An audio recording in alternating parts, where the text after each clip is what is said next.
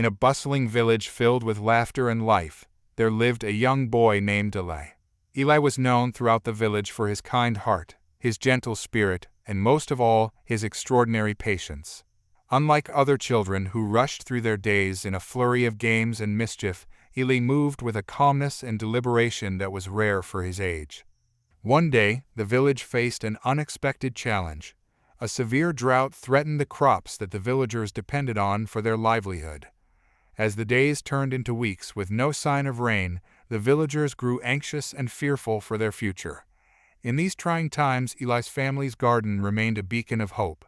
It was lush and thriving, a testament to Eli's diligent care and, above all, his patience. Eli's secret was simple yet profound. He believed in the power of prayer and the importance of waiting on God's timing. Every morning and every night, Eli would kneel in his garden, his hands folded in prayer, asking for God's blessing on his crops. He tended to his garden with love and faith, believing that in God's time the rain would come. As the drought persisted, the villagers took notice of Eli's garden. They marveled at how it flourished despite the lack of rain. Curious and desperate for answers, they approached Eli, hoping to uncover his secret. Eli shared with them the lessons of patience he had learned from the Bible. He spoke of the farmers who wait patiently for the autumn and spring rains, as mentioned in the book of James. He explained that just as the farmer trusts in God's provision, he too trusted that God would provide for their needs in his perfect timing. Inspired by Eli's faith and patience, the villagers began to gather in his garden each evening to pray for rain. Together, they learned to slow down, to cherish each moment, and to wait on God with hopeful expectation.